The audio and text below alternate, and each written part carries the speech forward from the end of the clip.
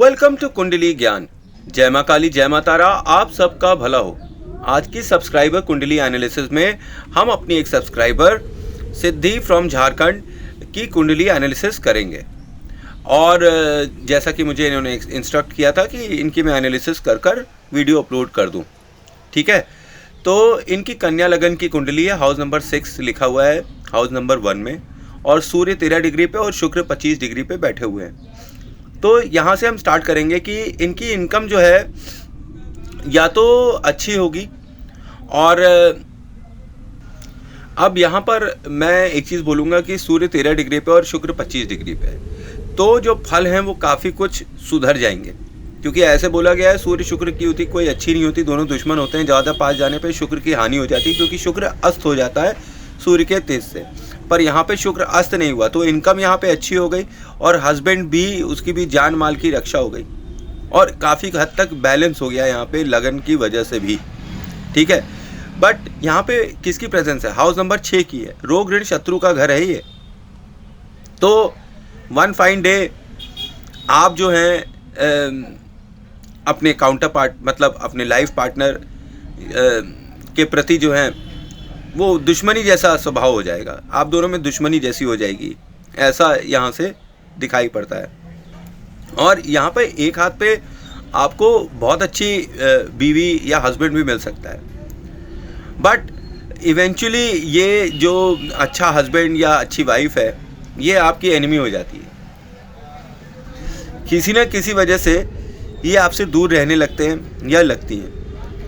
और जो आपके काउंटर पार्ट हैं, मतलब आपके जो लाइफ पार्टनर हैं, उनको स्लीप इश्यूज होंगे, रात में सो नहीं पाएंगे, उनकी नींदें हराम हो जाएंगी आपकी वजह से। Excuse me. और आप वन फाइन डे जो है अपने लाइफ पार्टनर के द्वारा एक कंपटीशन के रूप में देखे जाएंगे। ये तुम्हारा है, ये मेरा है, ये हमारा है, नहीं है, तुम अपने बेड पर सो, मैं अपने बेड पर सोऊं, तुम अपनी तकिया लो, मैं अपनी तकिया लूँ, मैं अपनी तकिया शेयर नहीं करूँगी, ठीक है। वो किसी ना किसी रूप से आपसे अनसेटिस्फाई रहेंगे ही रहेंगे, चाहे आप कितना भी कर लीजिए, उनके लिए जान लगा दीजिएगा, लेकिन आपके जो हस्बैंड होंगे ना वो आपसे कभी सेटिस्फाई नहीं होंगे। वो किसी न किसी रूप में आपसे कुछ ना कुछ आपके अंदर से नुक्स निकालते ही रहेंगे। पूरा नहीं हुआ, मन का नहीं हुआ, बेमन का हुआ। और जो हस्बैंड भी होगा ना, वो मैं आपको बताऊं कि वो आपके मन के नहीं होंगे, ऐसा यहाँ से दिखाई पड़ता है। हालांकि वो बहुत ही अच्छे होंगे, विद्वान होंगे, पढ़े लिखे होंगे, एनजीओ से संबंधित भी हो सकते हैं, ठीक है, बड़े चैरिटी करने वाले होंगे, पर फिर भी वो मन के नहीं होंगे। बट यहाँ पे जो सूर्य और शुक्र की युति बन रही है, उनके जनरल इफेक्ट्स तो यहाँ पर आएंगे ही आएंगे। भले ही यहाँ पर शुक्र अस्त नहीं हुआ है और सूर्य अलग बैठा हुआ है, पर फिर भी ये सूर्य और शुक्र की युति आपकी मैरिड लाइफ को किसी न किसी रूप में हार्म करती ही रहेगी, क्योंकि यहाँ पे शुक्र की हानि सूर्य के ज़्यादा नज़दीक होने पर आती है। आपको ये ईगोस्टिक बना देती है सूर्य की प्रेजेंस यहाँ पर, आप में ईगो बहुत होता है। तो ये ईगो और जो अपने अंदर आत्मसम्मान की भावना है ना, वो आपकी लड़ाई करवा देती है आपकी लाइफ पार्टनर से। आरोप लगाना, लड़ाई करते रहना, ये सब यहाँ पर दिखाई पड़ता है। यहाँ पे मैं आपको बताऊं कि कभी भी किसी भी रूप में अल्कोहल से आप दूर रहिएगा जब ये ऐसे कॉम्बिनेशन यहाँ पे बैठे हैं। और आपको मैं, भाई ये नेचुरल चीज़ है, पर मैं आपको एक सलाह देता हूँ कि किसी के साथ प्रेम प्रसंग में ना पड़े अपनी लाइफ में, आपकी सेहत के लिए बहुत अच्छा होगा। क्योंकि ये प्रेम प्रसंगी जो है ना, ये आपके जीवन में कांटों का रूप धारण कर लेंगे और आपकी बहुत बहुत बहुत बहुत मुश्किलें बढ़ाते ही रहेंगे लाइफ टाइम। और यहाँ पर सूर्य और शुक्र जो है ये एक ऐसा राजा हो जाता है जो विपरीत राजा होता है, एक अधर्मी राजा होता है। ये ऑपोजिट ऑफ गुरु होता है, क्योंकि यहाँ पे सूर्य और शुक्र की जो कंजंक्शन है वो एक आर्टिफिशियल गुरु जैसा बना देती है, एक हवाई गुरु जैसे, मतलब कि एक ऐसा गुरु जिसके अंदर ज्ञान ना हो पर फिर भी वो फूला हो। और यहाँ पर सेक्स की ये इमेंस पावर देता है। और नेटिव इन सब चक्करों में, मतलब कि फिजिकल प्लेजर की वजह से अपना भाग्य बर्बाद कर लेता है। कैरेक्टरलेस इंसान यहाँ पर बहुत बुरी तरीके से भोगता है। इसीलिए तो ज्योतिष होती है कि ज्योतिष आपको पहले से बता देती है कि अपने कैरेक्टर को साफ रखिएगा, आपकी लाइफ में कभी भी, मैरिड लाइफ में तो कम से कम प्रॉब्लम नहीं आएगी, और आपके हस्बैंड से भी आपके रिलेशन हमेशा अच्छे होंगे। बस यहाँ पे कैरेक्टर के बारे में बहुत ही ज़्यादा वार्निंग जैसी आती है जब सूर्य और शुक्र की युति होती है। और यहाँ पर ऐसे कॉम्बिनेशन से ये हो जाता है कि आपका जो फिजिकल लव अफेयर होता है वो घर के अंदर भी हो जाता है, घर के बाहर भी हो जाता है, कहीं भी हो सकता है। ये इतना खतरनाक कॉम्बिनेशन होता है, ये आपकी कुंडली या किसी भी कुंडली में आएगा, ये ग्रह ऐसे ही फल देता है। यहाँ पे बदनामी का भी बहुत ज़्यादा चांस हो जाता है। स्किन डिजीज़ यहाँ पर लगी ही रहती हैं। अगर ये योग बुरे प्रभाव दे रहा है तो आप देखिएगा स्किन डिजीज़ आपको हो रही है कि नहीं हो रही है। अगर स्किन डिजीज़ नहीं हो रही तो इसका मतलब ये योग एक्टिव नहीं है और ये बुरा प्रभाव नहीं दे रहा है, ठीक है। पर अगर आपको स्किन डिजीज़ होती है, मुंह पर पिंपल आ जाना, मतलब कोई दाग धब्बे आ जाना शरीर पे, तो ये स्किन डिजीज़ जो आपको कंटिन्यूस देता है, तो आप समझ लीजिए कि ये योग आपके लिए बुरा प्रभाव दे रहा है। और मैं यहाँ पर आपको बोलूँगा, आपको बहुत ही डेडिकेट होना चाहिए अपनी मैरिज में। अपने लाइफ पार्टनर के साथ आपको पूरी तरह से ईमानदार होना चाहिए, क्योंकि यहाँ पर हस्बैंड जो होता है ना, कई बार बड़ा डिप्रेस सा हो जाता है, पता नहीं क्यों, कि ये हस्बैंड के लिए बहुत ख़राब हो जाता है। सूर्य अपना तेज से जलाता है तो हस्बैंड के अंदर बड़ा डिप्रेशन सा आ जाता है।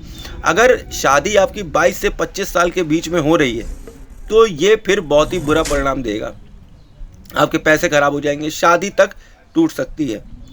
और मैं आपको बोलूँगा, अगर आपकी 22 से 25 साल के बीच में आपकी उम्र है, आपकी उसमें सूर्य शुक्र युति है, आपके हस्बैंड के उसमें भी सूर्य शुक्र युति है, आप लोगों को भाई 22 से 25 साल की उम्र के बीच में शादी नहीं करनी चाहिए, उसके बाद ही करनी चाहिए। 25 साल बीत जाए उसके बाद ही शादी करनी चाहिए ऐसे लोगों को, नहीं तो उनकी शादी टूटने के बहुत ज़्यादा चांस होते हैं। देखिए ज्योतिष का कर्माक कि आपको पहले ही से बता दे रहे हैं, आगाह कर दे रहे हैं, वार्न कर दे रहे हैं कि अगर 22 से 25 के बीच में आपने शादी करी है तो आपकी मैरिड लाइफ ख़राब होगी। उसके बाद करेंगे तो फल बहुत बुरे नहीं आएंगे, थोड़े बहुत इफेक्ट तो आएंगे ही आएंगे। अच्छा, इसका एक रेमेडी क्या है कि जब आप कन्यादान करें तो इसके साथ एक गाय को भी दान कर दीजिए। किसको? ब्राह्मण को दान कर दीजिए, पंडित जी को दान कर दीजिए, जो योग्य हो, जिसको ज़रूरत हो उसको अगर दान कर दीजिएगा कन्यादान के वक्त एक गाय को, तो फिर यहाँ पे इस योग की रेमेडी हो जाती है। और यहाँ पर देखा गया है कि जैसे कि अब ये सिद्धि बहन की है कुंडली, तो इनके हस्बैंड को सांस की बीमारी होगी, लंग्स की बीमारी होगी, ठीक है। और यहाँ पर ये योग और भी भीषण तब हो जाता है जब कोई चीटिंग या शादी के अंदर कैरेक्टरलेस टाइप की चीज़ आने लगती है। और सूर्य क्या है? सूर्य जो है राज दरबार है, इनकम है, और शुक्र जो है वो वाइफ है। तो जैसा मैंने इनको कहा कि इनकी दोनों बच गई, इनकम भी अच्छी हो गई और हस्बैंड भी बच गया, क्योंकि ऐसे कॉम्बिनेशन में दोनों में से एक ही चीज़ अच्छी हो पाती है, ठीक है। बहुत कम ही होता है कि बैलेंस होते हैं। अब यहाँ पर देख लीजिए कि यहाँ पे बैलेंस हो गए, तो इसलिए यहाँ पे बुरे प्रभाव कम पड़ेंगे। पर अगर इनकम अच्छी होगी तो वाइफ ख़राब होगी, और वाइफ अच्छी होगी तो इनकम ख़राब होगी। सिमिलरली आदमियों के लिए कहा जाएगा कि अगर इनकम अच्छी होगी तो हस्बैंड ख़राब होगा, और हस्बैंड अच्छा होगा तो इनकम ख़राब होगी। यहाँ पे स्पर्म काउंट, चाइल्ड बर्थ में प्रॉब्लम जैसी चीज़ें भी दिखाई पड़ती हैं। यहाँ पे हस्बैंड को स्पर्म काउंट की प्रॉब्लम हो सकती है, और इनको खुद भी यूट्रस की प्रॉब्लम हो सकती है, सिस्ट हो सकता है, गायनेक प्रॉब्लम्स इनको बहुत हो सकती है, और चाइल्ड बर्थ में तो इनको ज़बरदस्त दिक्कत होने वाली है। अब यहाँ पे ब्रॉन्ज जो होता है, कांसा जिसे कहते हैं, उसकी कटोरी में आप लाल रंग की मिट्टी ले जाकर मंदिर में चढ़ाते रहें, तो मुल्तानी मिट्टी जिसे कहते हैं, रेड मिट्टी को, तो इससे चढ़ाने से ये एक रेमेडी है, तो आपको फ़ायदा मिलेगा यहाँ पे। और यहाँ पर आपके जो पति होंगे ना, वो थोड़े बीमार टाइप के होंगे, उनको किसी न किसी रूप में मेंटल टेंशन, रोग लगा ही रहेगा। और यहाँ पर फर्स्ट हाउस में 6th हाउस आपको बैठाकर और 12वें को दिखाकर आपका कैरेक्टर पे फिर से आघात करता है। कैरेक्टर पे बार बार उंगली उठ रही है, सूर्य शुक्र युति हो चाहे 6वां भाव हो, तो यहाँ पे कैरेक्टर के ऊपर काफ़ी बार उंगली उठ चुकी है। तो कैरेक्टर को यहाँ पे साफ रखना बहुत ही ख़राब है। अब यही युति अगर 7वें घर में होती तो बहुत ही ज़्यादा ख़राब होती, 9th में होती तो up down and extreme level of money दिखाई पड़ता, और 10 में होती तो ख़राब होती है, यहाँ पे सांप को दूध पिलाना पड़ता। और यहाँ पर मैं आपको बता दूं कि अंधे लोगों को मीठा खिलाने से या अंधे बच्चों की सेवा करने से, जो अंधों का स्कूल है उनकी सेवा करने से आपको यहाँ पर काफ़ी अच्छा प्रभाव मिलेगा। यहाँ पे कान का कच्चा आदमी हो जाता है, मतलब अगर उसे किसी ने कह दिया कि कौवा कान ले गया तो वो कौवे के पीछे पीछे दौड़ने लगेगा कि हाँ कौवा कान ले गया, और इतना दौड़ेगा कि अपनी ही हानि करा लेगा। तो किसी के बोलने में आ जाना या किसी की बैड एडवाइस में आ जाना, यहाँ पे सूर्य शुक्र की युति की एक निशानी फर्स्ट हाउस में बन जाती है। लेट संतान तो मैंने बता ही दिया है, और इसकी रेमेडी क्या है लेट संतान के लिए? कुत्ता पाल लीजिए घर में, संतान हो जाएगी आपकी। वाइफ को दोनों हाथ में सोने की चूड़ी पहना दीजिए, तो आपके घर में जो पैसे की प्रॉब्लम हो रही है, शुक्र की हानि हो रही है ना, तो वो भी सुधर जाएगी।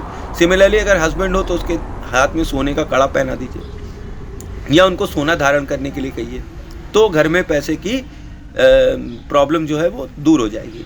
यहाँ पे शुक्र और सूर्य की युति वालों को कहा गया है कि जो रुई वाली वो होती है ना बत्ती, उसको देसी घी में डालकर जलाना नहीं चाहिए उनको दोष लगता है, तो ये इनको कभी नहीं करना चाहिए। यहाँ पे इन्हें ज्वार दान करना चाहिए और चलते पानी में बहाना चाहिए, ये सेहत के लिए अच्छा होगा। और वजन अगर वाइफ की सेहत खराब हो तो ज्वार दान कर सकते हैं उनकी वजन के बराबर। सोना पहनने के लिए यहाँ कहा गया, सोना धारण करने वाला सूर्य शुक्र की युति में इसके बुरे प्रभाव से बचता है। फोर्थ हाउस में शादी अगर यही युति होती तो लेट हो जाती, पर यहाँ तो फर्स्ट हाउस में। तो आगे हम चलते हैं हाउस नंबर 2 पे बिना टाइम वेस्ट किए। तो यहाँ पर हम देखते हैं वक्री केतु बैठा हुआ है और हाउस नंबर 7 बैठा हुआ है।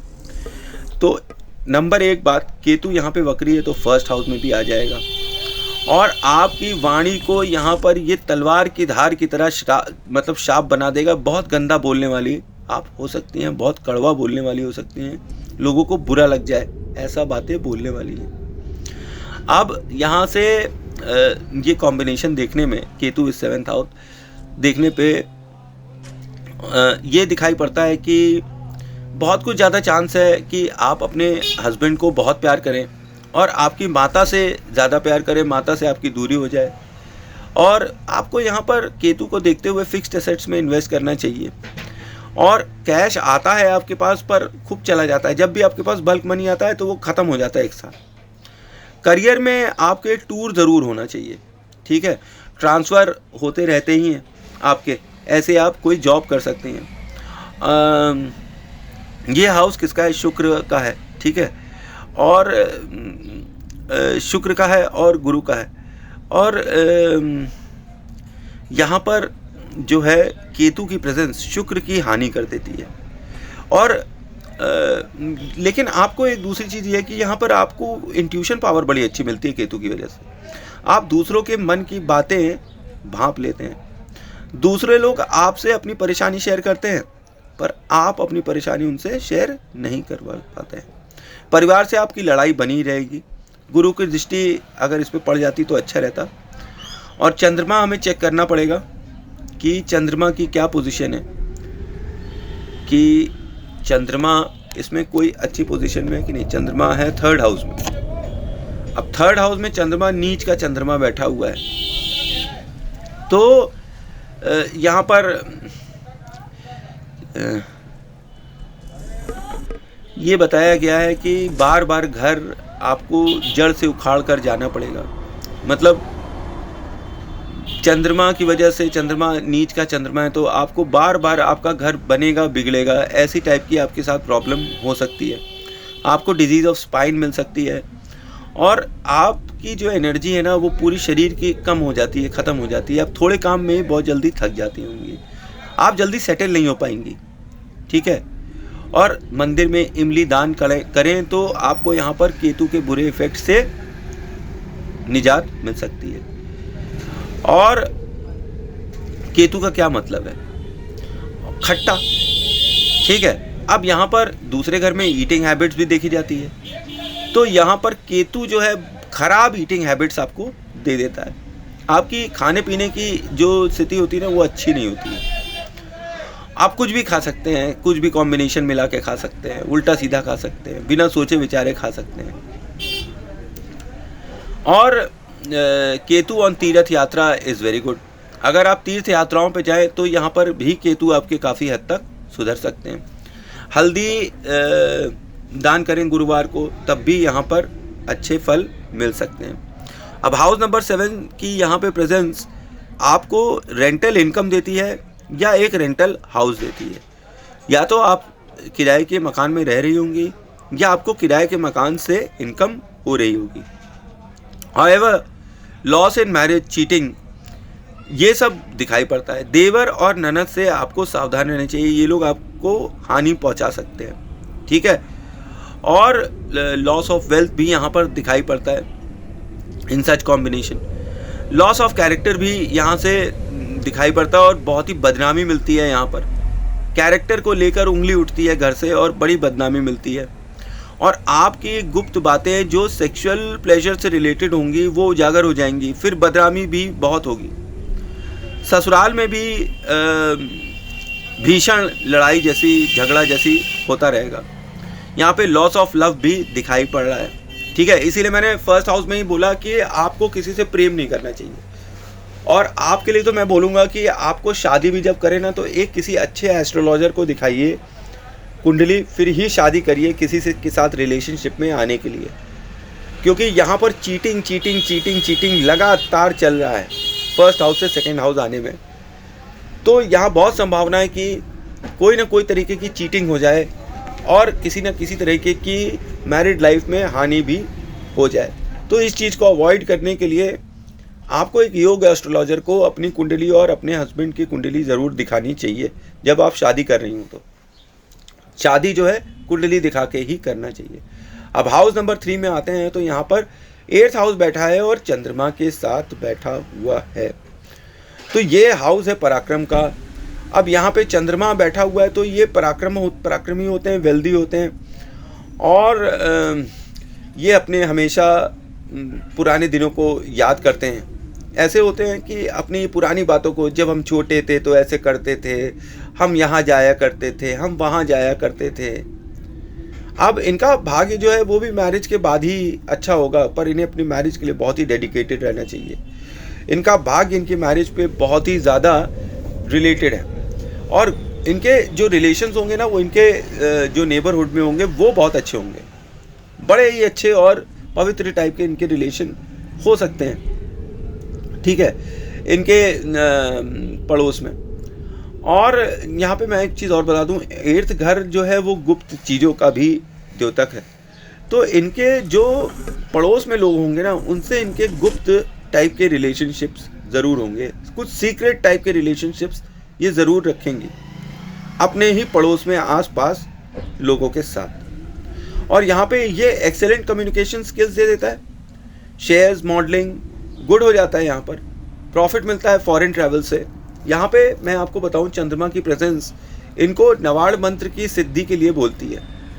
मतलब दुर्गा सप्तशती का पाठ करें और नवाड़ मंत्र की साधना करें। ओम ऐं ह्रीं क्लीं चामुंडा विचे ओम ग्लौम हुं क्लीं जुम स ज्वाला जला जला जला जला जला जला प्रज्वल प्रज्वल ऐं ह्रीं क्लीं चामुंडा विचे ज्वाला हम सम लम शम फट स्वाहा।